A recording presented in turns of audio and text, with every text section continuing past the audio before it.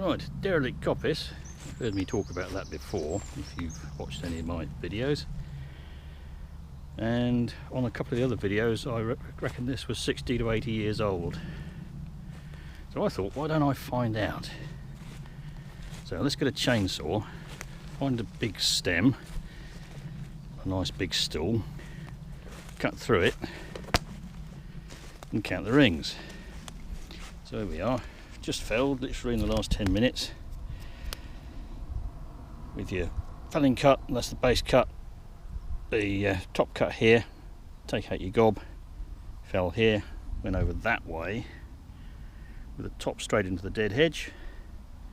I'll have to move some of this stuff on the right to be tidy. You can see how big it is, and I'll get the chainsaw and cut it now. Sorry, I blue petered it.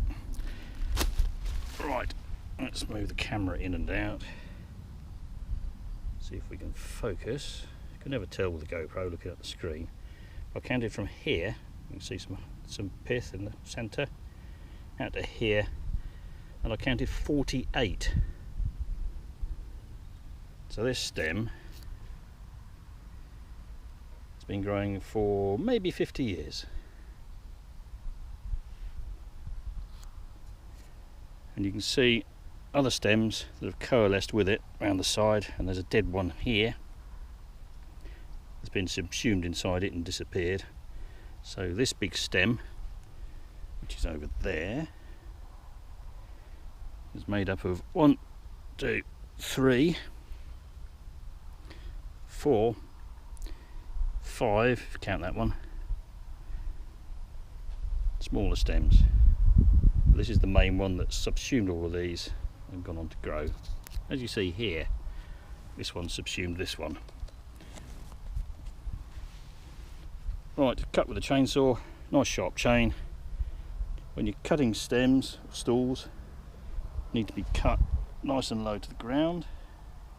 Cut them high, your regrowth will be high, and you're more likely to get rot in the centre up high, and there'll be a rim of living tissue around the outside, and the stems are more likely to fall out. Also, it's much easier to fell the next time round. Don't be frightened to use the push chain, that's the top chain of the bar.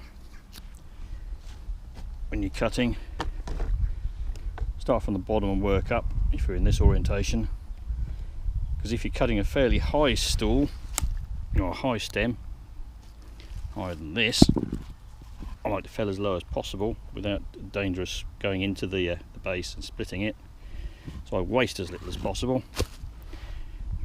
And if you use the top chain, you can actually see what you're cutting into all the way around. Over the back you might be cutting into dirt if you're cutting nice and low. If you're using the bottom chain and going this way, and if you go into dirt, bottom chain goes this way and it pulls dirt into the cut, and is more likely to blunt your chain. Having said that, if your chain is so loose it's bagging off the bottom of the bar, which this one isn't, it's more likely to jump the rails or jump the rear sprocket. So your chain tension must be correct if you're using the top chain. Right, that's about all I wanted to say on that.